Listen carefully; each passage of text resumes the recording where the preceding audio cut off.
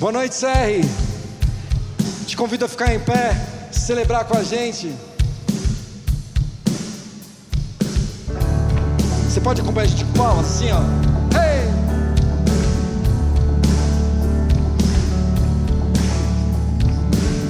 Santo, Santo, poderoso, quero há de vir. Hey! Deus da glória, és tão digno, eu me prostro a ti. Santo, Santo, poderoso, quero há de vir. Hey, CR! Deus da glória, és tão digno, eu me prostro a ti. Santo é teu nome em todo lugar, reto teu querer de graça e paz. Tudo que tens feito é justo e bom. Santo, Santo Deus tu és. Santo, Santo Deus tu és. Hey!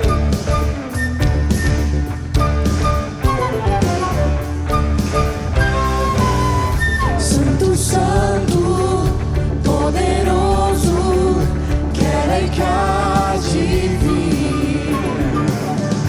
Deus da glória, és tão digno, eu me prostro a ti. Santo é teu nome em todo lugar, reto teu querer de graça e paz. Tudo que tens feito é justo e bom. Santo, Santo Deus tu és. Santo, Santo Deus. A honra, a glória pertencem a ti. O poder e o saber são teus. A honra, a glória pertencem a ti. O poder e o saber são teus. Santo é teu nome em todo lugar, reto é teu querer de graça e paz. Tudo que tens feito é justo e bom. Santo, Santo Deus tu és. Santo é teu nome em todo lugar, reto é teu querer de graça e paz. Tudo que tens feito é justo e bom. Santo, Santo Deus tu és. Santo, Santo Deus tu és. Hey!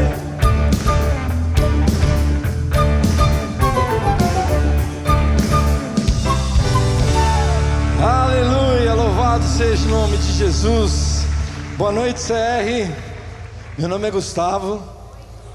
Sou um filho amado de Deus, me recuperando de codependência emocional, ansiedade, estresse. Eu estou muito feliz de estar aqui. 2024, para mim foi um ano muito difícil, de muitas provações. E 2025, Deus já tem começado a mudar a minha história mais uma vez, mais um processo de recuperação. Então eu estou muito feliz. E eu queria convidar você a cumprimentar quem está do seu lado, dar um abraço, diga a ele, diga a ela que ele é bem-vindo em nome de Jesus. Antes da gente cantar a próxima música, enquanto você abraça, pode ir abraçando aí, tá?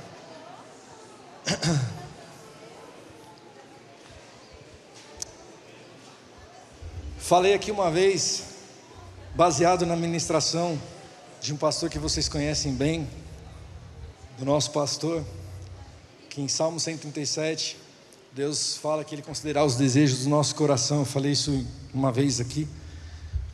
Mas a gente tem que lembrar que Deus considerar os desejos do nosso coração, que quando a gente se coloca nos caminhos de Deus e no propósito de Deus, a gente tem que se lembrar que Deus muda o nosso coração. Deus tem o melhor para mim. A gente não sabe o que Deus tem. Tudo coopera para o bem daqueles que amam a Deus. Passei por uma dificuldade imensa em 2024. Hoje eu olho para trás e falo, cara, eu aprendi. Então Deus tem o melhor para mim. Passar pelo vale, ok, passei. Estou passando. Mas são ciclos. Então a gente vai cantar isso, que Deus tem o melhor para você. Você pode estar no vale, mas Deus tem o melhor para você no vale. Amém?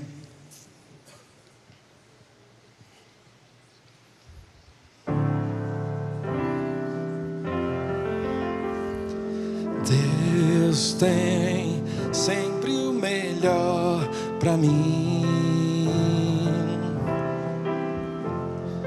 Deus tem sempre o melhor para mim.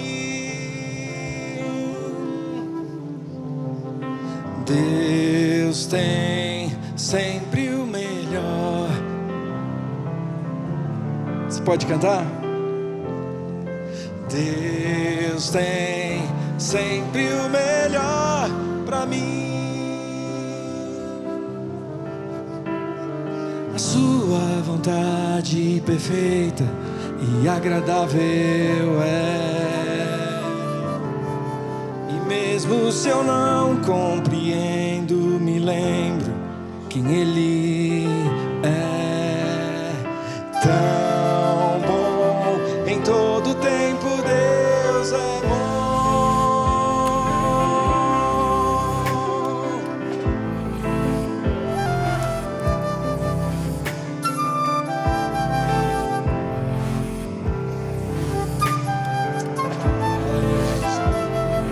Declare.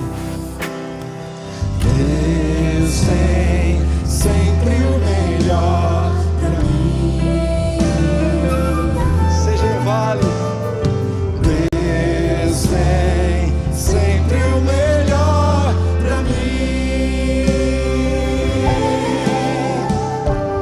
Deus tem sempre o melhor para mim.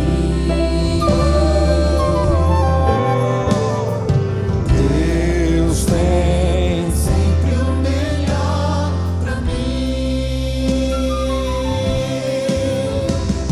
A sua vontade perfeita e agradável é. E mesmo se eu não compreendo, me lembro quem Ele é. Tão bom, em todo tempo Deus é bom.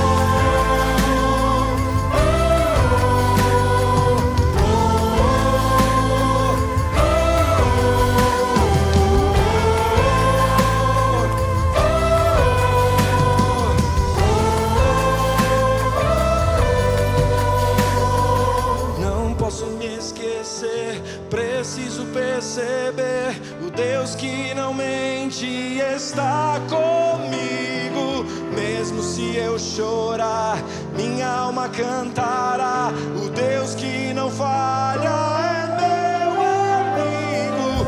Não posso me esquecer, preciso perceber. O Deus que não mente está comigo. Mesmo se eu chorar, minha alma cantará. O Deus que não falha é meu amigo. Não posso me esquecer, preciso perceber. O Deus que não mente está comigo. Mesmo se eu chorar, Minha alma cantará. O Deus que não falha é meu amigo.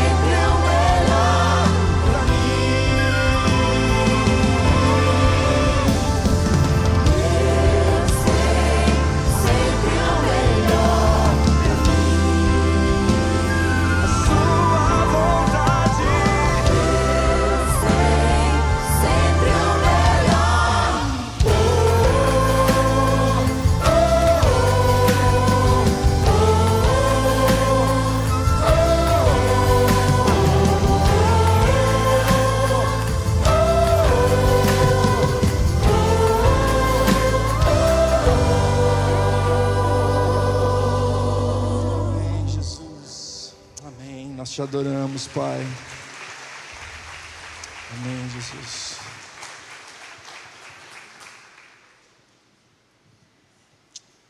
Jesus.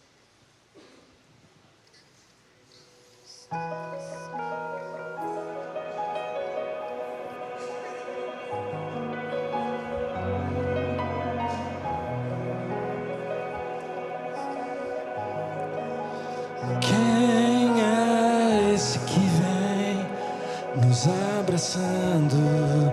Quem é esse que vem nos constrangendo com o olhar? Ele é tão sábio, ensina em amor. Ele é tão manso, cuida dos corações. Quem é esse que vem nos abraçando? Quem é esse que vem Nos constrangendo com o olhar. Ele é tão sábio, ensina em amor. Ele é tão manso, cuida dos corações. Ele entrou em casa, ele está à mesa, ele nos observa, sabe que o esperamos. E ao partir o pão, os nossos olhos se abrem e reconhecemos quem tu és. Ao som da tua voz, os nossos corações queimam de amor, queimam de amor. E ao partir o pão, os nossos olhos se abrem e reconhecemos quem tu és. Ao som da tua voz, os nossos corações queimam de amor, queimam de amor. Nós arrumamos a casa, perfumamos ela toda, nós preparamos a mesa, come um lugar de honra. Nós arrumamos a casa, perfumamos ela toda, nós preparamos a mesa, come um lugar de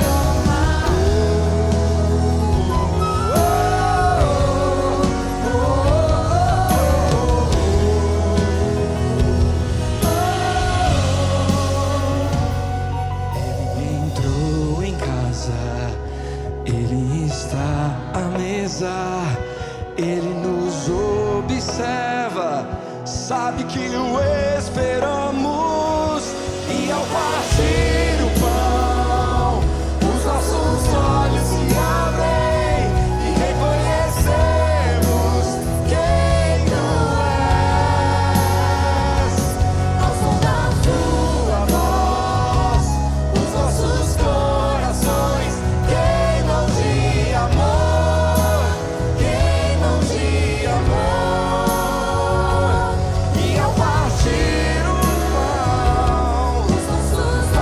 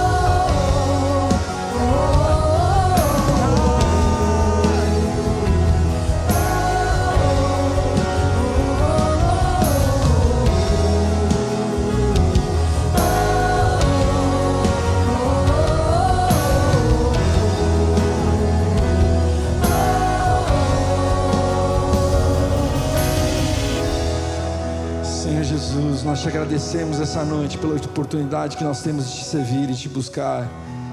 Que possamos, assim como o caminho de Emaús, Pai, te reconhecer e te encontrar em meio ao caos, mesmo quando ainda achamos que estamos sozinhos. Quando estamos sozinhos, achamos que o Senhor não está nos ouvindo. Que possamos abrir os nossos olhos a cada dia, a cada momento, e reconhecer que o Senhor está do nosso lado, Jesus. Nós te adoramos e te glorificamos em nome de Jesus. Você pode aplaudir a Jesus. Deus te abençoe. Obrigado, Gustavo. Boa noite a todos. Eu sou um filho amado de Deus, trabalhando na minha dependência emocional, com ênfase nos meus medos e inseguranças dos meus relacionamentos. E o meu nome é Marco. Olá. Eu estou aqui para dar um bem-vindo especial a todos vocês. Bem-vindo a você também que nos visita, tá? A você que nos acompanha pela internet. Sinta-se acolhido e abraçado por todos nós. Ao final dessa primeira parte, quando acabar essa primeira parte, o pessoal se dividir em grupos. Você que está aqui pela primeira vez, você não vá para o grupo, tá? Você fica aqui. A gente vai ter um período de perguntas e respostas sobre o que vai ser falado aqui, tá? E se você também já é um celebrante, uma pessoa que frequenta há um tempo e quiser hoje ficar aqui com perguntas e respostas, fique à vontade, tá? Vamos ler agora a oração da serenidade.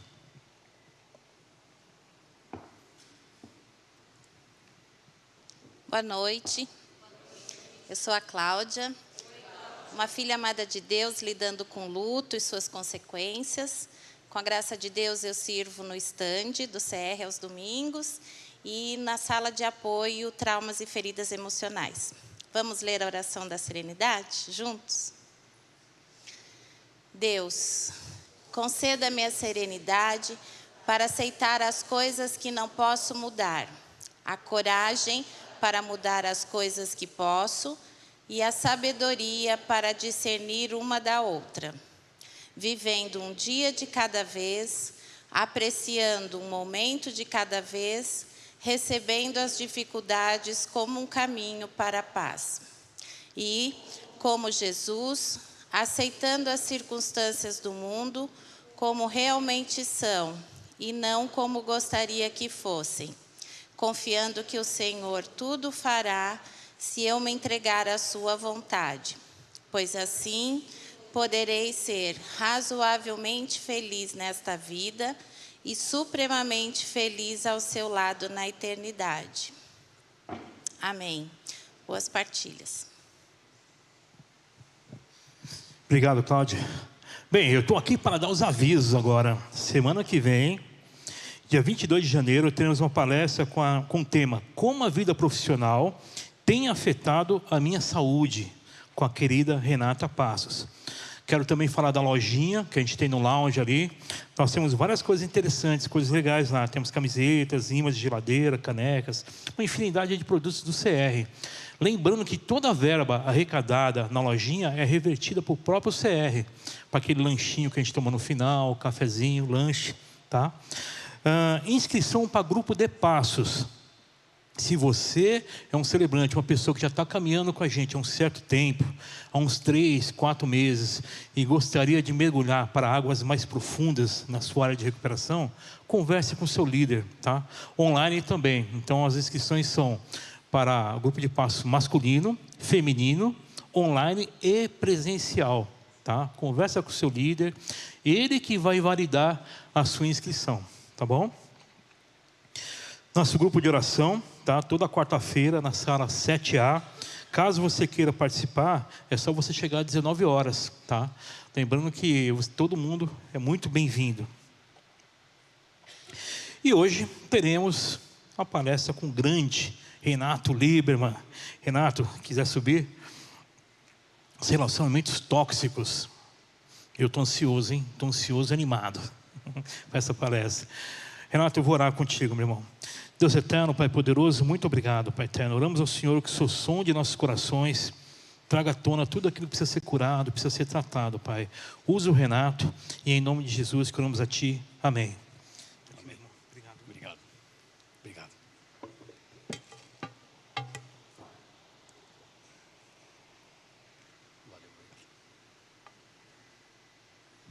Boa noite. Meu nome é Renato. Aliás, eu vou aproveitar o copo d'água. Esse copo d'água tem um peso, né? Se eu segurar um pouquinho o copo d'água, acontece alguma coisa? Cansa. Se segurar um pouquinho, 1 minutinho, vai cansar? Se eu segurar 1 hora, o copo d'água é o mesmo. Se eu segurar um dia, 1 ano, 10 anos, aguenta? Isso é o relacionamento tóxico. A água faz bem, no começo tudo é maravilhoso. Depois começa a aparecer o peso da relação. Então é sobre isso que a gente vai falar um pouquinho hoje, né? Tem os slides aí se quiser passar, se der para passar. Pode colocar no próximo. Eu estava fazendo essa palestra, né? Quando eu monto as palestras, quando eu monto aula, eu monto em qualquer lugar, né? Quando eu estou correndo, quando eu estou no carro. Eu estava no carro ouvindo rádio, né? E de repente começou a tocar a música do Kid de Abelha. Todo mundo conhece o Kid de Abelha? Tem uma música que fala isso aí, ó. Ah, eu quero você como eu quero, né? Tem várias interpretações, a história da música não é relacionamento tóxico necessariamente, mas me veio, eu vou usar essa frase para começar. O relacionamento tóxico é aquele que quer você do jeito que ele quer ou que ela quer. E não precisa ser uma relação afetiva, pode ser qualquer tipo de relação. Se você não é do jeito que eu quero, está errado. Imagina ficar anos você não podendo ser quem você é por causa de uma outra pessoa, seja um cônjuge, seja um familiar, um amigo, um chefe, um colega de trabalho, seja o que for. Pode mudar. Então eu pergunto, você já se sentiu sugado emocionalmente? Já se sentiu ou já percebeu que você estava numa relação que não estava te fazendo bem? Que não estava legal, que estava ruim? Né? Teve que se afastar de amigos, de familiares, de pessoas importantes para você, por exigência de alguém, do teu companheiro ou da tua companheira? Isso é a pessoa que vive uma relação tóxica. Quando a gente dá aula, curso, vê na internet, a gente fala como que é viver com um narcisista. Mas ninguém fala do narcisista. Quando a gente fala como que é viver, ser vítima de uma relação tóxica, esquecem da pessoa que é tóxica. Ela tem um problema. A pessoa que é tóxica, ela às vezes não é tóxica porque ela quer. Ela tem uma questão. E a gente vai falar um pouco disso hoje, né? Porque a gente pode ser sugado, pode estar numa relação ruim, pode ter se afastado dos amigos, ou, próximo slide, você pode ter causado isso em alguém. Imagina, eu sou bonzinho, né? Eu sei o que eu estou fazendo, eu não sou tóxico não. Será? Já parou para pensar que eu posso ser a pessoa tóxica? Quando eu montei essa palestra, né, não foi muito legal. Eu ouvi coisas que eu mesmo estava vendo. Eu percebi que em alguns momentos eu era o tóxico da relação. Eu era o problema da relação, mas eu não tinha noção disso. E isso fez parte da minha vida por um tempo. Fui vítima de relações tóxicas? Talvez sim. Mas é muito difícil assumir que eu causei isso em alguém. E eu percebi, já sabia, claro, pelas análises, terapias. Mas quando eu fiz a palestra, quando eu estava montando, eu falei, acho que eu vou mudar de assunto, né? Porque não está legal ouvir isso de mim mesmo. Então é legal olhar para isso também. Próximo slide. Então será que você causou isso a alguém? Isso o quê? Relacionamentos tóxicos. O que são relacionamentos tóxicos, né? São aqueles relacionamentos que causam sofrimento emocional, né? Sofrimento psicológico, às vezes físico. Daqui a pouco eu vou falar de relacionamento abusivo. É diferente de relacionamento tóxico, tá? Porque a pessoa que causa a toxicidade ou é o abusador, eles têm características um pouco diferentes, apesar que dá para se encaixar numa coisa só. A pessoa que é tóxica, ela te controla, né? Ela te manipula, ela desvaloriza tudo que você faz, não valoriza nada do que é teu, né? E ela cria uma certa dependência. Ela é dependente e você acaba se tornando codependente. E a gente tem que entender esse mecanismo. E não acontece, como eu falei, só nas relações afetivas. Não é só casamento que tem relação tóxica, namoro. Em todas as relações pode existir um relacionamento tóxico. O chefe no trabalho, o colega no trabalho, né, a família. Próximo slide. Então, nas relações afetivas, a relação tóxica ela está pautada por codependência, por controle e ciúmes excessivos. Um pouquinho de ciúmes tudo bem, mas o excessivo que te controle, que tolhe a tua liberdade, é complicado. Com violência psicológica, e a gente vai ver daqui a pouquinho que tipo de violência pode ser feita, né? E violência emocional. Próximo. Nas relações familiares, por exemplo, relações entre pais e filhos, onde existe abuso emocional, ou uma coisa que é muito sutil, mas isso vai aparecer como sintoma depois, expectativas que os pais têm dos filhos ou que os filhos têm dos pais, né? Por exemplo, de perfeição. Uma expectativa impossível de atingir. E nada do que você faz está bom. Sempre falta alguma coisa e você carrega isso para a tua vida, se você é a vítima. Aliás, a palavra vítima eu também vou falar daqui a pouco, né? Ou se você é o tóxico, você também exige demais de uma pessoa e não consegue. Próximo. E no ambiente profissional, né? Competição desleal, puxada de tapete, né? Sabotagem entre colegas de trabalho, né? Chefes e colegas com comportamentos autoritários, né? Ou abusivos. Aquele chefe que sexta-feira às 6 da tarde pede para você fazer um relatório urgente e você sabe que aquele relatório não é para hoje, é para daqui a um mês. Só que ele não quer que você vá para o happy hour, né? Porque ele não gosta de você. Ninguém passou por isso já? Alguém já passou por isso? Isso não existe, né? Isso é ilusão. Nenhum chefe é autoritário e nenhum colega ou nunca sabotou outro. Isso acho que não existe. Próximo. Aí eu falei, né? Relacionamento tóxico pode ter um pouco de relacionamento abusivo e tem uma certa diferença entre os dois. Próximo. Por exemplo, o tóxico. O tóxico é aquele que faz a vítima, seja homem ou mulher, tá? Não tem a ver só mulher que é vítima, ou só homem que é vítima, ou só homem que é tóxico, ou só mulher que é tóxica. Faz a pessoa se sentir mal, né? Faz a pessoa ficar presa a questões do passado, né? Fica presa às relações sem chance de crescimento pessoal. Costuma se limitar ao campo psicológico, né? E emocional. O tóxico raramente vai para o abuso físico. Isso já é uma característica do relacionamento abusivo, né? Ele é caracterizado pela falta de apoio mútuo, pela competição. Sabe aquelas relações que um fica competindo com o outro? Eu sou melhor que você, né? Te desvalorizando porque o que eu faço é melhor do que você faz. Falta de apoio mútuo, né? Desrespeito, né? E muitas vezes, né, o conflito está existindo aí naquela relação. E o que acontece com a pessoa que sofre isso? A autoestima dela cai lá embaixo. Ela começa a não acreditar que ela é capaz. Ela começa a perceber que ela não vale nada. E pior, ela se culpa ainda por isso. E a gente vai entender um pouco essa questão também. Faz você se sentir triste, né, se sentir culpado, né, fazendo com que você se sinta sempre fragilizado. Tá? A maioria desses relacionamentos, dessas pessoas tóxicas, elas não sabem, elas não percebem que elas são tóxicas. Elas não percebem que ela faz o outro sofrer. Que ela acha que ela está certa, né? Ela tem ciúmes porque você fez alguma coisa que deixou ela com ciúmes. Na cabeça dela, ela não percebe que ela faz isso por maldade. Porque não é maldade, né? É um comportamento que vem de um lugar, que a gente vai falar, né? E quando você aponta isso para ele, por exemplo, quando eu fiz a palestra e percebi que, eu fui tóxico algumas vezes em algumas relações, a culpa vem. E se a culpa vem, esse é o primeiro passo para a cura. Então uma pessoa que é tóxica, ela pode se curar? Ela pode deixar de ser tóxica? Com certeza absoluta. Por quê? Porque ela vai olhar para isso, principalmente pela questão da culpa.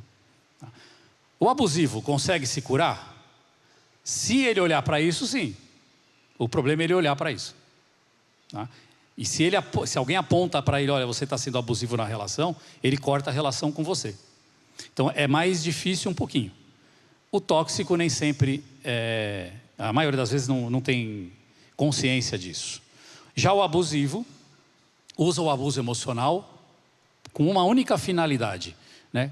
Conquistar e controlar a sua presa, ter poder sobre ela, né?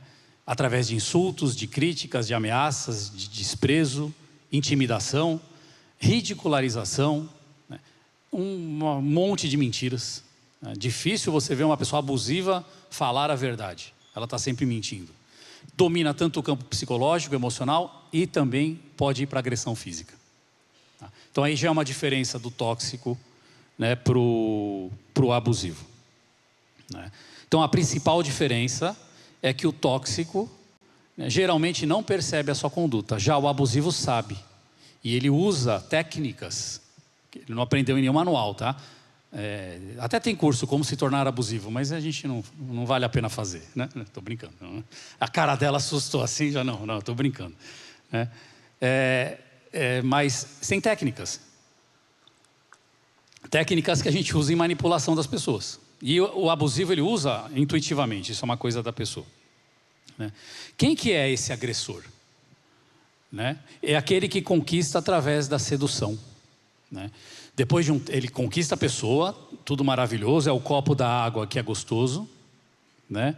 Passa um tempinho e ele começa a perceber que a pessoa é vulnerável, que ela é dependente emocionalmente, e ele começa a atacar, né? Ele começa a controlar, a ser frio, e vai ser imprevisível. Guardem essa palavra que mais para frente eu vou usar ela, a imprevisibilidade. Isso é o que faz a vítima ficar presa na relação. É isso que faz a gente olhar para o WhatsApp o tempo inteiro. Nós vamos entender esse mecanismo, que não é da psicanálise, mas é da neuropsicanálise, ou da neurociência. Quando for 00:30 que eu vou estar chegando lá, dá para a gente falar, mais ou menos. Apesar que o Marco falou para sair, para acabar mais cedo, mas à 00:30 eu devo chegar lá. Vamos ver como é que... Isso é uma relação tóxica, eu prendo vocês. Aliás, vocês têm que me ouvir, porque quem sabe sou eu. Vocês não sabem nada. Então tudo que eu falar, vocês têm que aceitar. Isso é o quê? Uma relação saudável? Não. É uma relação tóxica, por exemplo, de um professor, de um palestrante, de qualquer pessoa que está num nível de aquele que sabe, para aqueles que ele acha que não sabem. Isso é uma relação tóxica. Relação saudável é quando a gente está no mesmo nível. Eu sei algumas coisas, vocês sabem outras, e a gente faz essa troca. Isso é uma relação que vale a pena, uma relação saudável em qualquer área da vida. Então a pessoa tóxica, ela está habituada a seduzir, controlar, ser frio, imprevisível. Faz com que surjam sentimentos de culpa, né, e merecimento por todo o sofrimento. A pessoa se sente merecedora por ser agredida, né, e acaba afastando o outro da própria família e assim por diante, como a gente falou. Na relação tóxica existe muito ciúme, falta de liberdade e uma coisa que sempre vai ter: cobranças excessivas. Se vocês começarem a se identificar e, nossa, eu estou numa relação estranha e a pessoa está do teu lado, não faz nada não ainda, tá? A gente consegue consertar até o final, né? Vai tranquilo, não se preocupa não. Então a vítima, eu vou chamar de vítima, mas a palavra não cabe muito bem aqui.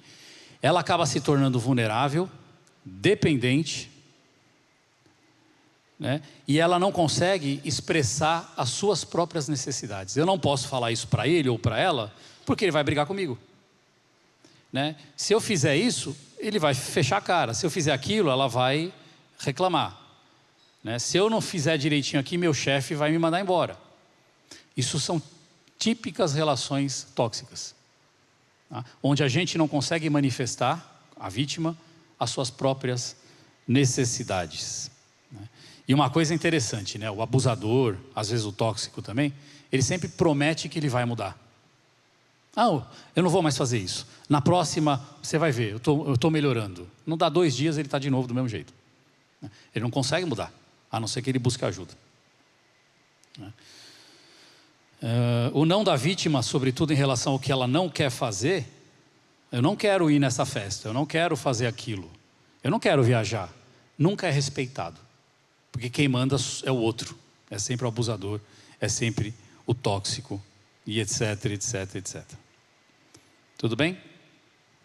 Isso é uma ideia do que é relacionamento tóxico. Agora, para a psicanálise, né, o que a gente pode pensar na visão da psicanálise? Da onde vem isso? Tanto para o tóxico quanto para a vítima, né? Eu vou começar falando do tóxico, depois eu falo da vítima. A vítima é porque que a gente fica preso nisso. Mas o tóxico, como eu falei, ele não é tóxico porque ele quer. Ele tem questões mal resolvidas. São resultados de conflitos, eu vou chamar de inconscientes, que é a linguagem da psicanálise, que não foram resolvidos, como traumas emocionais que aconteceram no início da infância, falhas no desenvolvimento psíquico, no desenvolvimento infantil, né, e na formação da sua própria identidade. Houveram falhas naqueles primeiros 4, 5 anos de idade daquela pessoa. E ela criou defesas para lidar com aquilo. E a defesa é ser tóxica, por incrível que pareça. Tá? Vamos entender um pouquinho essa ideia. Pode passar para o próximo.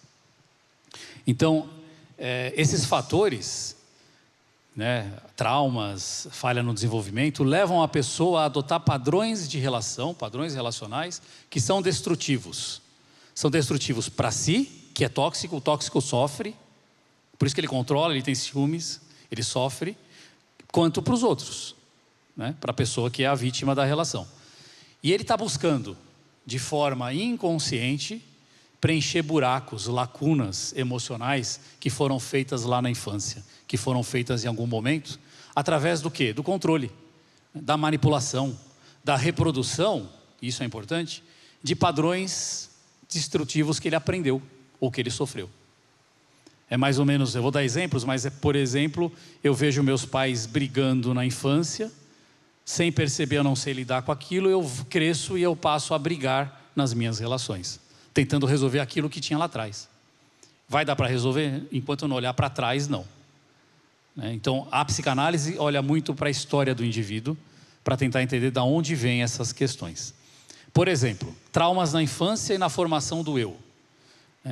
O Freud, ele postulou, né, que experiências traumáticas na infância, especialmente aquelas relacionadas a figuras parentais, pai e mãe, ou figuras que fazem esse papel, podem levar a feridas emocionais profundas. Por exemplo, próximo slide.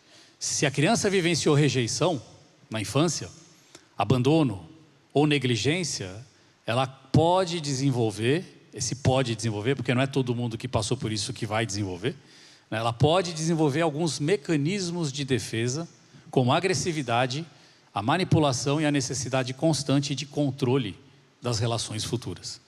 Então ela sofreu abandono, ela sofreu negligência, ela sofreu rejeição. Ela vai criar uma forma de controlar para que isso não se repita. E ela se torna uma ciumenta excessiva, controladora excessiva, uma agressora, de alguma forma. Por exemplo, uma pessoa que cresceu sem receber amor incondicional, ou condicional até, mas um amor, né, pode de maneira inconsciente tentar recriar situações onde ela busca ser validada o tempo todo. Ela busca a aceitação o tempo todo, mesmo que de maneira destrutiva. O que ela faz? Ela tenta impor a sua vontade. Vai ser do meu jeito. Por que ela tem que impor essa vontade? Porque ela tem medo que se ela não impor com agressividade, ela não vai ser respeitada. E ela vai sofrer de novo a negligência, de novo o abandono, de novo a rejeição. Então ela cria uma forma de controle, através da agressividade, por exemplo, para se manter protegida. Então não é uma coisa mal, não é maldade. É um transtorno, é uma dificuldade que ela tem.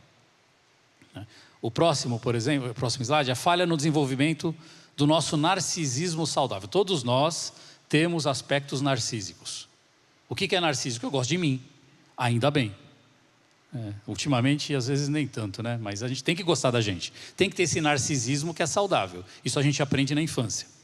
Quando a gente tem uma falha nesse narcisismo, né, segundo a teoria freudiana, né, psicanálise, e também do Otto Kernberg e do Heinz Kohut, são autores psicanalíticos, o narcisismo saudável surge, né, quando a gente tem suporte emocional adequado desses pais, dessas pessoas que cuidam da gente, que permite desenvolver uma autoestima sólida.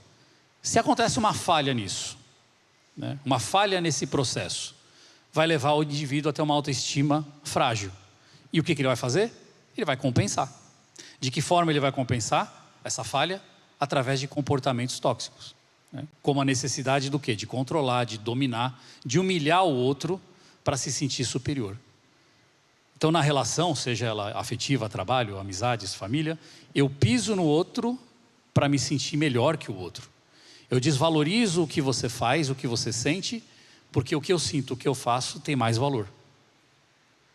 Isso é uma defesa, né? Quanto maior, né, o ego, quanto maior essa questão, quanto mais excesso de controle, maior é essa falta que ele tem, né? Quanto maior aquilo que você deseja, maior é a falta que você tem. Você precisa compensar de maneira negativa, quando é negativo, né? Claro que a gente tem que querer coisas boas.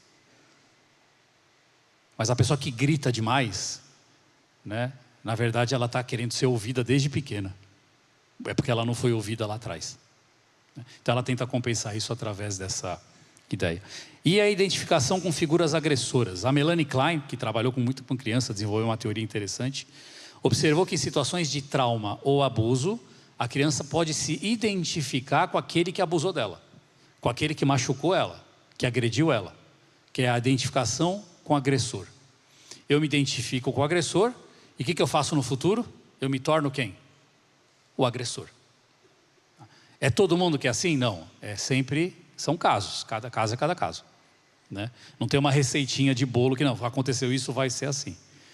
Pode ser que venha a desenvolver isso. Então, na relação tóxica, a pessoa que é tóxica, com certeza ela teve questões infantis mal resolvidas. Então, no futuro, essa identificação leva a comportamentos tóxicos, onde o indivíduo repete, né, com os outros as mesmas atitudes abusivas que sofreu. Quando ele sofreu, ele era um agente passivo, né? Ele recebeu a agressão. Ele se identifica com o agressor e ele passa a ser o agente ativo, a agredir, para tentar lidar com a dor do passado, com aquela coisa que ficou lá para trás. Tudo bem? Vamos lá. Mais um. E a ambivalência emocional, né? Amor e ódio, ambivalência, os dois tipos de sentimento, né? E o medo da perda. O indivíduo tóxico muitas vezes experimenta emoções contraditórias em relação ao outro, como eu te amo e te odeio ao mesmo tempo. É óbvio, né? Quando você satisfaz as minhas necessidades, eu te amo. Quando você não satisfaz as minhas necessidades, eu te odeio. Ponto. É 880. É difícil essa pessoa saber lidar com essa ambivalência que tem aí. E isso gera comportamentos destrutivos, como chantagens emocionais, manipulação, possessividade. Tem um psicanalista, é o próximo slide, que é o Winnicott, Donald Winnicott, que trabalhava também com criança. Ele falava muito desse medo de ser abandonado, né? É a incapacidade de estar sozinho. E quando eu me sinto com medo de ser abandonado, eu crio um apego patológico, um apego negativo, tóxico, resultando em relacionamentos marcados por dependência, ciúmes e controle. Então aquela pessoa que é muito ciumenta, aquela pessoa que controla muito o outro, aquela pessoa que cria uma dependência de afeto, né, ela tem um medo muito grande de ser abandonada. Por quê? Porque em algum momento ela sofreu isso. E ela não soube lidar com isso, porque é uma criança. E ela vai repetir isso no futuro. E ela usa o quê? Mecanismos de defesa, para lidar com tudo isso. Próximo slide. Que mecanismos de defesa? Todos nós temos mecanismos de defesa, né? E ela usa o quê? Muito. O tóxico usa muito a projeção. Eu atribuo ao outro características que eu não consigo ver em mim e aceitar em mim, levando a acusações infundadas e conflitos constantes. Você é egoísta. Na verdade, o egoísta sou eu. Você é chata, é chato. Você é agressivo. Você é mentiroso. E na verdade eu estou falando de mim. Só que eu estou projetando esses sentimentos, essas questões na outra pessoa e acusando aquela outra pessoa. A racionalização, eu justifico os meus comportamentos porque, de maneira lógica, eu tenho razão, né? Eu te bati porque você mereceu. Simples. Vale essa justificativa? É uma racionalização. Você fez isso, é por isso que eu fiz aquilo. Você olhou para o lado, por isso que eu fiquei com raiva, né? Então vou negar a minha responsabilidade. Eu vou sempre apontar para o outro, né, pelos danos que eu mesmo estou causando. O próximo, que é a idealização e desvalorização, né? A pessoa, ela primeiro idealiza o parceiro, né, a sedução, né? Eu idealizo o meu parceiro, mas ao perceber que este não satisfaz as suas expectativas inconscientes, passa a desvalorizar e adotar uma postura destrutiva. Isso nas relações afetivas. Quando a gente atende em consultório, escuto muito isso em trabalho. Nossa, eu consegui um emprego maravilhoso, agora vai dar certo. Aí passa 1, 2 meses, ela começa a falar mal do trabalho, mal do chefe, mal de todo mundo. Ela é a tóxica, né? Porque ela idealizou uma coisa, essa coisa idealizada não satisfez as suas necessidades e ela passa a agredir essa coisa e a destruir essa coisa. Tá? É uma forma de lidar com isso também. A repetição compulsiva.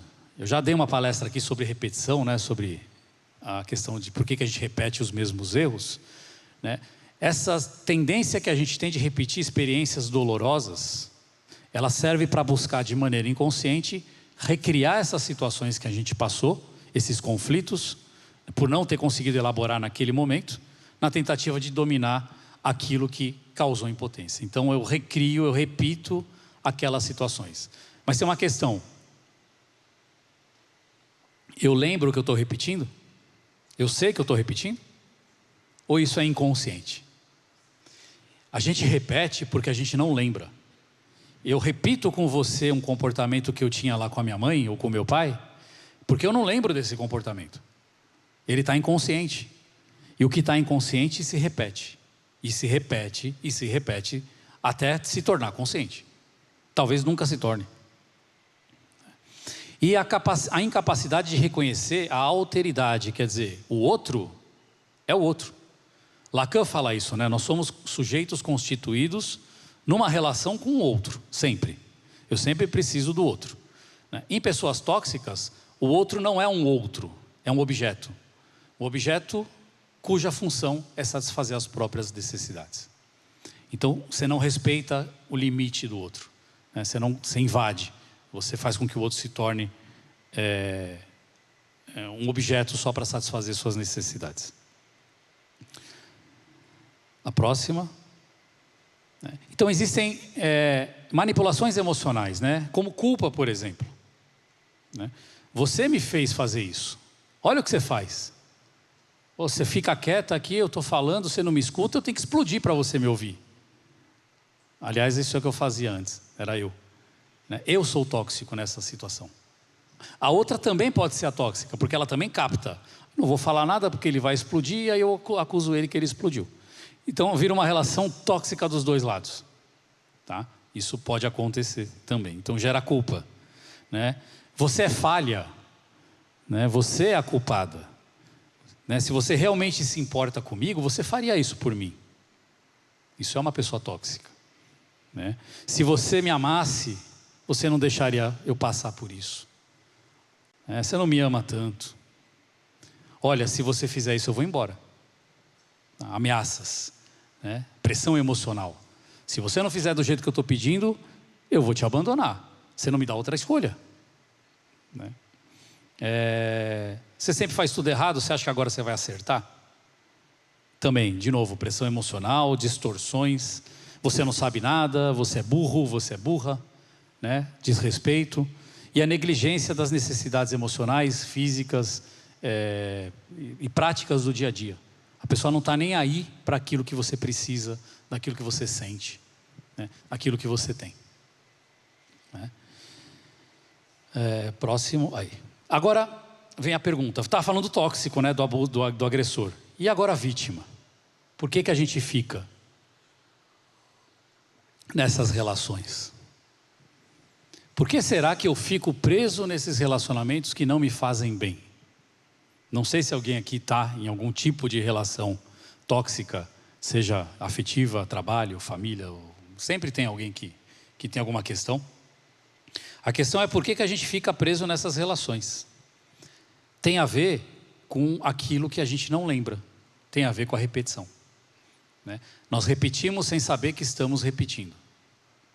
Tanto o tóxico se torna tóxico porque ele repete o que ele não sabe, e a vítima do tóxico se torna vítima, entre aspas, vítima, porque ela também repete aquilo que ela não sabe que ela está repetindo, né?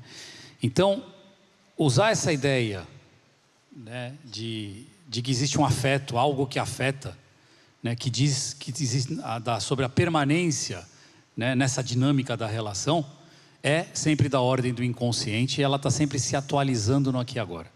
É assim, eu não preciso voltar ao passado. O passado está aqui, agora. Ele está se atualizando, ele está se repetindo o tempo todo. Né?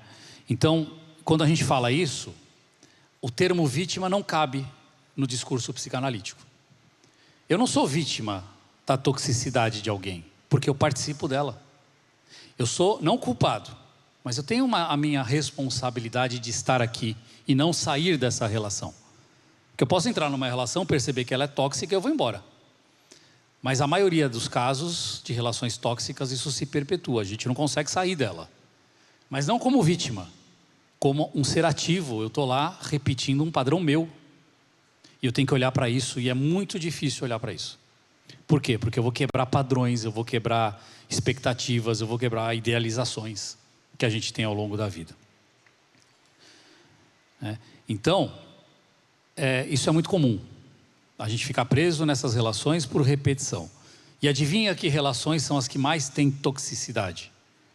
As relações mais próximas. Porque justamente nas relações mais próximas, a gente permite viver essa toxicidade, ou nós somos o tóxico. E a resposta que a psicanálise traz é simples. Tudo começa no começo. No começo da tua própria história. Tudo se inicia no início da sua história, porque a gente não consegue se livrar da história. Parafraseando uma psicanalista chamada Maria Homem, que trouxe um recorte sobre relacionamento tóxico, eu gostei um pouquinho, peguei algumas ideias dela. Nós aprendemos sendo, não tem manual. Não tem um manual, faça isso que você vai chegar em tal lugar. Você tem que aprender na experiência. Aprender ser sendo, não tem outro jeito de ser. Quando a gente é bebê, a gente é totalmente vulnerável a um outro. E isso cria um estado de dependência, que é óbvio. Eu preciso do outro para sobreviver, principalmente o bebê. Agora, quando esse outro não está emocionalmente disponível, o que pode acontecer? Por exemplo, quando a mãe, uma relação com a mãe ou alguém que faz essa função, uma mãe emocionalmente distante, isso gera um desamparo psíquico. O medo de morrer, o medo de se perder, o medo de abandono, de destruição. Um bebê frustrado em relação ao desejo de ser amado e de que o amor dele seja aceito. Isso também gera um desamparo psíquico. E a necessidade permanente de compensar, através de satisfações substitutivas, o fracasso dessas relações afetivas. E eu vou tentar compensar isso nas minhas relações futuras. Então, essa condição primária de desamparo, que necessita de um outro, quem é esse outro? Agora que vai complicar tudo. Esse outro é o outro que sabe. Sabe por quê? Porque nós somos aquele que não sabemos. O bebê não sabe, ele vai aprender sendo, ele vai aprender. O bebê não conhece. Nós bebês, você já foi bebê, eu acho. Acho que todo mundo aqui já foi um bebê. Então todo mundo aqui passou por essa experiência do não saber. E que precisava de um outro que sabe para nos ensinar. Faz sentido? Faz sentido? Demorei para entender isso, mas eu achei que faz sentido. Por quê? Eu preciso do outro para me espelhar, para saber quem eu sou. É o outro, e aí que vem o problema, é o outro que nos dá a imagem de quem somos, ou melhor, de quem devemos ser. É a expectativa do outro que eu tenho que suprir. O filho perfeito, a filha ideal. É ali que eu vou começar a aprender quem eu sou. E como é que eu vou conseguir ter amor.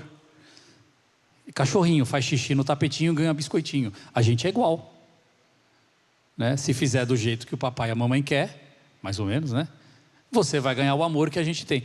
Às vezes nem é falado isso é natural, é nosso. A gente pensa isso é do bebê, da criança.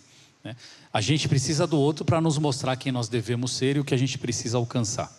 Se eu sou aquele que não sabe,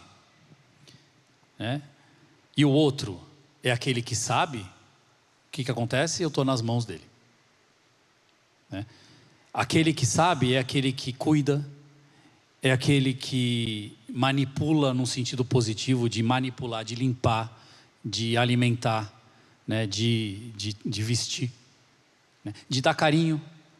De Winnicott fala do holding, né, de segurar, de acolher. É esse outro que faz isso. Nós precisamos disso desde que a gente nasce, né? Quer dizer, literalmente nós estamos o quê? Nas mãos do outro, daquele que sabe. Então nós somos fadados a estar nas mãos daquele que sabe, né? Isso é a base, né, do que acontece na clínica, que é o que a gente chama de transferência, né, na clínica psicanalítica e na vida em geral, né? O outro, o analista, o psicanalista, ele ocupa o lugar daquele que sabe. Na verdade, ele ocupa o lugar que o outro acha que é aquele que sabe. O cliente acha que o analista sabe. O bom analista é aquele que sabe que ele não sabe. O mau analista é aquele que acha que sabe. Porque a gente tem a mesma questão do outro, né? Só que a gente já fez a análise e já percebeu que eu não sei nada. Eu nunca sei do outro alguma coisa. Eu estou lá no lugar do sujeito suposto saber. O outro acha que eu sei. Ele supõe que eu saiba algo e que eu vou dar uma resposta para esse outro. Se eu ocupo o lugar do que eu sei e eu vou te dar a resposta, isso é uma relação tóxica. O analista que se coloca no lugar do que sabe, ele é tóxico. Não só o analista, o terapeuta, né? A gente pode, o professor, né? E pode dar uma lista enorme aí de coisas de que o outro não é o que sabe, né? O outro está no lugar de que ele pode vir a saber, junto com você, tá? Então nós estamos na mão desse outro, né? E esse outro não pode ocupar o lugar do que eu sei e você não sabe. E que é o lugar dos pais. E é necessário. Os pais sabem, porque os pais são mais velhos, têm experiência. Eles aprenderam a ser sendo. De maneira errada, mas aprenderam, né? Todos nós aprendemos de uma forma errada, coisas boas e coisas não tão boas assim. Então, para manter o outro no seu ideal, quer dizer, nesse lugar que ele sabe, o que eu faço? Eu assumo a culpa e me mantenho naquele lugar. É mais ou menos assim. O cara tóxico chega e fala assim para ela: como você é ciumenta, por isso que eu bati em você. Você me enche o saco, você é chata.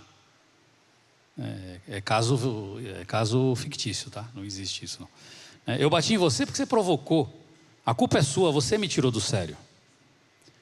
Tem uma parte nossa, da mulher que apanhou, do homem que apanhou, sei lá, da vítima, né, que se questiona assim: o que será que eu fiz de errado para ele fazer isso comigo, né? Por que eu não sou aquilo que esperam de mim? Onde foi que eu falhei? Onde foi que ele, aquele que sabe, viu que eu sou falha, que eu tenho um furo, um buraco, um vazio, que eu sou faltante, que eu sou castrada, que é uma linguagem psicanalítica? Sabe de uma coisa? Ele tem razão, eu mereço. Aí eu fico na relação, para manter um ideal, né? Quando eu assumo a culpa e mantenho um outro idealizado, ocorre um alívio de uma certa tensão que eu tenho dentro de mim, causada por representantes psíquicos, que a gente vai chamar de pulsão, né? Trazendo alívio e consequentemente prazer, né? Então, a gente tem pulsões que nos movimentam, pulsão de vida que nos levam. Essas pulsões são criadas nessa infância. Eu vou atrás daquilo que eu quero, com representantes simbólicos, imaginários, etc. Tem a pulsão de morte também. O que é a pulsão de morte? É aquilo que me faz repetir e ficar na relação. Quando eu quero tratar alguém que está numa relação abusiva ou tóxica, é fazer com que a pulsão de vida ganhe da pulsão de morte, que ela possa se movimentar, sair dali. E para isso ela tem que olhar para ela e não para o abusivo. Não sair se queixando o tempo todo. E olhar para a sua própria repetição, né? Aonde eu busco prazer, né? A gente sabe que na psicanálise o sintoma, na verdade, é a realização de um desejo. Como o desejo eu não posso realizar, eu crio um sintoma que alivia minhas tensões. Eu tenho um certo prazer. Mas o prazer a nível inconsciente. Nunca a nível consciente, né? Um sintoma nunca é prazeroso a nível consciente. Eu estou com uma doença, é prazeroso? Para a consciência, não. Mas para as minhas representações psíquicas inconscientes, ela tem uma descarga de tensão. A gente pode dar um dia uma aula desse conteúdo. É bem interessante, é bem profundo. Não dá para a gente falar tudo aqui, né? Mas não acontece só no nível simbólico, subjetivo. Acontece no cérebro. No cérebro a gente busca prazer, né? Um aspecto importante para entender o que a gente chama de pulsão é que existe uma conexão entre as pulsões e os neurotransmissores, né? O que são neurotransmissores? Substâncias químicas nas fendas sinápticas que fazem a comunicação entre os neurônios, né? Alguns transmissores, como dopamina, serotonina, estão diretamente relacionados às pulsões inconscientes. Isso é uma ideia da neuropsicanálise moderna. Por exemplo, se eu falar da dopamina, né? Ela está envolvida na sensação de prazer, né? Prazer e recompensa. E esse prazer e recompensa é que motiva os nossos impulsos e desejos, assim como as pulsões, que motivam nossos impulsos e desejos. E elas têm um impacto significativo no nosso comportamento. Elas nos buscam, elas nos impulsionam a buscar satisfação de todas as nossas necessidades. Elas influenciam as nossas escolhas, inclusive nas escolhas de uma pessoa tóxica para a nossa relação. Ah, mas a pessoa é tóxica, eu não sabia. Sabia. Só não sabia que sabia. Está lá no seu inconsciente, é ele que busca isso para você. Ele que é você mesmo, né? Só que você não percebe, porque você está repetindo padrão. Você repete padrão sem saber por quê, né? Então, estudos têm mostrado que alterações na atividade cerebral, elas podem estar relacionadas a distúrbios de comportamento, como compulsão à repetição, como vícios e como relações tóxicas. A gente pode trabalhar em cima disso. E isso me fez lembrar, próximo slide, pode colocar. Essa caixinha aí, dá para ver o desenho? O que tem dentro da caixinha? Um ratinho, né? Já ouviram falar da caixa de Skinner? Na faculdade de psicologia, no primeiro ano, a gente tinha uma caixinha dessa aí, né? Ficava torturando o ratinho, mas ele era virtual, porque foi proibido usar rato vivo na época que eu estava na faculdade. Então era um ratinho chamado Sniff, que era virtual, mas era igualzinho do verdadeiro. O que a gente faz nessa caixinha? O ratinho aperta uma alavanca, cai uma bolinha de comida. Ele fica todo feliz, e aí ele aperta a alavanca de novo, cai uma bolinha de comida. Aí ele fica feliz. E o cérebro vai liberando dopamina, prazer e recompensa. Então a dopamina faz com que ele aperte a alavanca várias vezes para ter comida. Mas aí chega o psicólogo sacana e não põe a comida lá. Ele aperta a alavanca e o que acontece? Não sai nada, né? Aí o ratinho fala, ué, cadê a comida? Aí ele vai lá, aperta de novo, não sai nada. Ele começa a entrar em pânico, em desespero, em ansiedade. E ele começa a apertar sem parar. Isso é compulsão, né? Compulsão para ver, cadê a bolinha, cadê a comida, cadê a comida, cadê a comida? Aí chega uma hora, vem o cara lá de novo e põe a bolinha. Aí o ratinho, ai, a bolinha veio de novo. Mais dopamina no cérebro, né? Pulsões se satisfazendo ali, né? E aí ele tem prazer. Acontece 1, 2, 3 vezes, tira a comida e ele entra numa compulsão à repetição e não para nunca mais. Até ficar louco. Chega a ponto até que ele pode morrer, né? Então, o que aconteceria se ele apertasse a alavanca e saísse comida toda hora? Vai chegar uma hora que ele entra num processo que a gente chama de habituação. Tipo, não tem mais graça. Eu sei que vai ter, não tem mais dúvida, né? Não tem mais a impermanência ou a inconsistência. E aí tudo fica tranquilo. Exemplo, estou apaixonado. Mando uma mensagem para a pessoa que eu gosto. Será que ela respondeu? Ai, meu Deus do céu, ela está respondendo. Ai, está respondendo. Aí, dopamina no cérebro, né? Aí eu fico ali, né? Vendo o tique azulzinho, quando a pessoa não é sacana e tira o aviso, né? Mas o tique azulzinho, ó, tá lá, tá no celular, estou vendo a mensagem, tá lá, recebeu. Aí chega uma hora que você manda a mensagem para ela ou para ele, só que ela é tóxica. Aí ela não te responde, te deixa no vácuo, né? Aí o que você fica fazendo? Olhando para o celular a cada segundo para ver se ela respondeu. É o ratinho batendo na alavanca para ver se a bolinha de comida sai. Nós somos iguais o rato. Nós só temos uma diferença, que quando o rato leva o choque, ele nunca mais volta lá. A gente volta o tempo inteiro, a gente não aprende, né? Porque a gente precisa da dopamina, a gente quer isso o tempo todo. Então, o circuito de recompensa do cérebro, ela tem como objetivo reforçar comportamentos para a nossa sobrevivência, e quando vem a dopamina, quando vem a satisfação, né, a comidinha, gera dopamina, serotonina e outros neurotransmissores, a gente fica bem e tranquilo. A paixão é isso, né? Essa coisa de que eu quero a comida e não vem e vem, né? Aí chega eu caso, né? Aí quando eu caso é a comida todo dia na alavanca. Você entra num processo de habituação. Aí você esquece que a relação também precisa de alimento. E ela passa a se tornar tóxica, porque você esquece do alimento. Aí vira competição e vira um monte de outras coisas que estão ali. Não que o casamento seja um problema. O problema é o comportamento dentro de uma relação, né? Então a gente tem que ser que nem o ratinho, mas o ratinho que nem sempre tem comida, mas que de vez em quando tem, né? Então quando existe consistência do estímulo, quando o prazer é previsível, a bolinha de comida sempre chega, né? As mensagens do WhatsApp são sempre respondidas, o cérebro se acostuma e libera cada vez menos dopamina, cada vez menos substância, não vira vício, não vira compulsão, vira uma coisa natural. Isso é uma relação saudável, né? Você não treme mais nas bases, né, quando chega uma mensagem do WhatsApp. Agora, quando é aquela palavrinha que eu falei no começo, imprevisibilidade, né, sobre como e quando essa alta hormonal, da dopamina chega no cérebro, isso a gente começa a perseguir essa sensação o tempo inteiro. Eu quero isso o tempo todo. Quando começa isso? Na infância.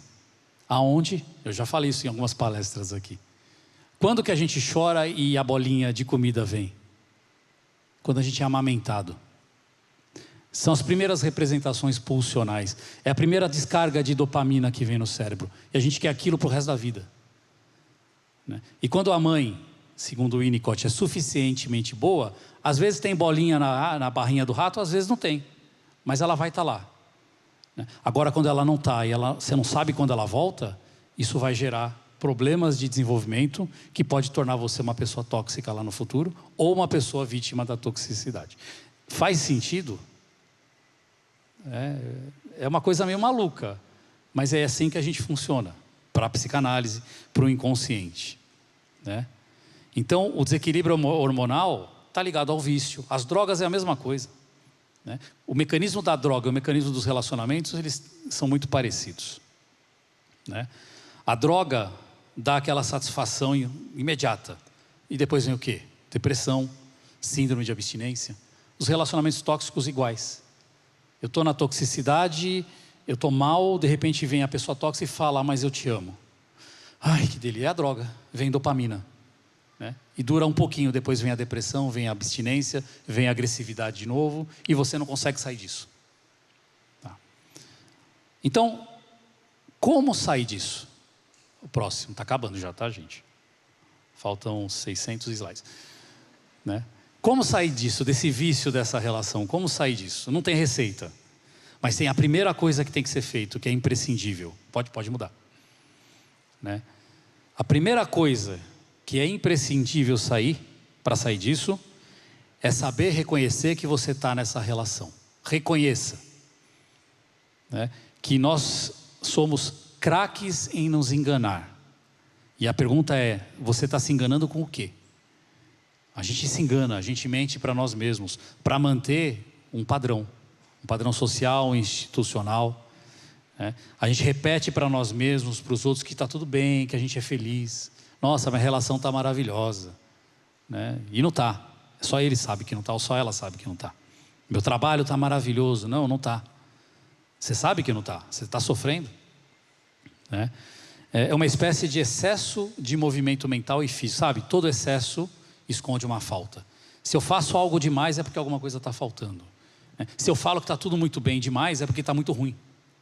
Pessoa que tem relacionamento positivo, bom, saudável, não põe no Instagram. Tem estudos já sobre isso. Eu não vou, pode pôr uma coisinha ou outra, mas toda hora sorrindo. Eu já atendi gente que você entra no Instagram, eles são conselheiros amorosos. É um casal, né? No Instagram, porque fora cada um tem seu amante, cada um tem suas brigas, não se falam, não dormem juntos há não sei quanto tempo.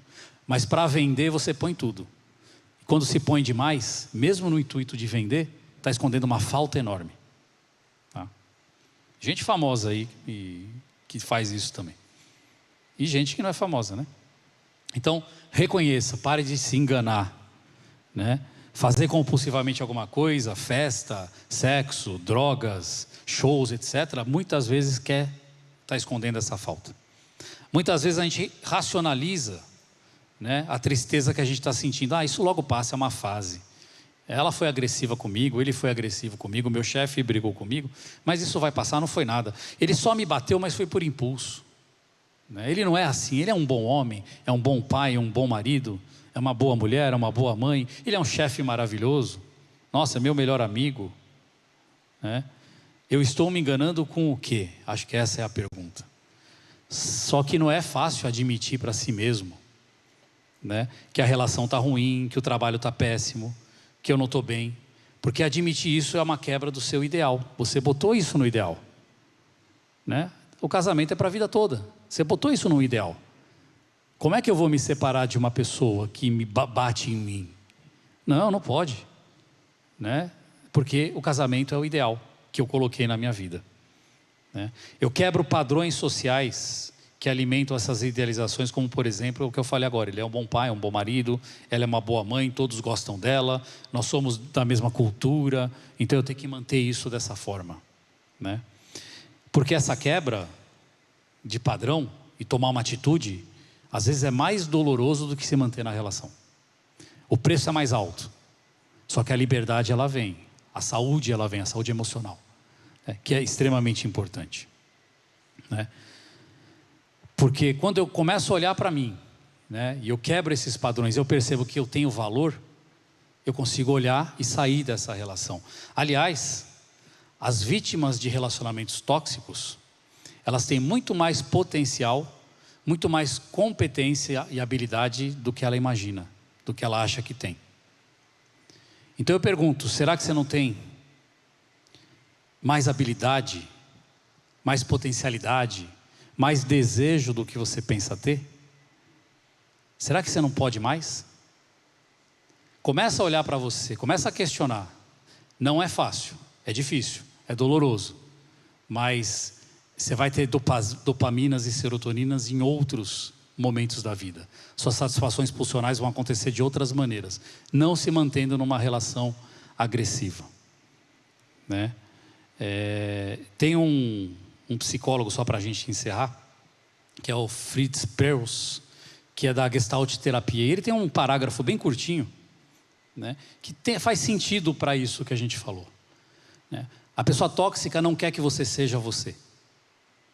Muitas vezes ela não sabe disso, então ela também precisa se tratar, A gente precisa ser quem a gente é. Então ele traz um parágrafo e fala assim: eu faço as minhas coisas e você faz as suas. Eu não estou nesse mundo para satisfazer as suas necessidades, e nem você está nesse mundo para satisfazer as minhas necessidades ou as minhas expectativas. Você é você, eu sou eu.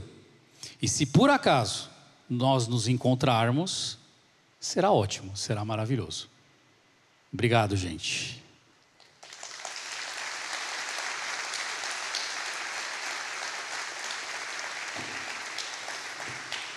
E se por acaso a gente não der certo, o que a gente faz?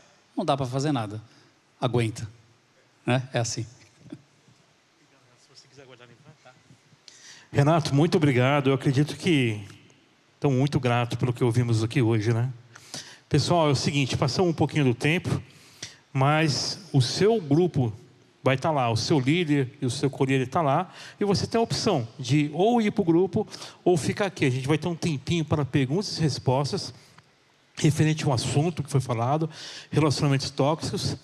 Você que está pela internet, está na internet, trazendo um pouquinho, mas é só acessar cr.ibab.com.br,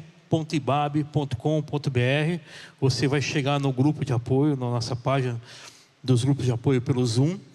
Se você acessar agora, se você estiver acessando fora do horário de quarta-feira, aí você volta quarta-feira que vem por volta das 9h30, tá? E a pergunta mote que a gente vai responder no grupo de apoio é: no meu processo de recuperação, com o que eu estou me enganando, ou o que está me enganando no meu processo de recuperação, tá? Boa partilha a todos. Você que está pela primeira vez, você não vai para o grupo, você fica aqui. Obrigado.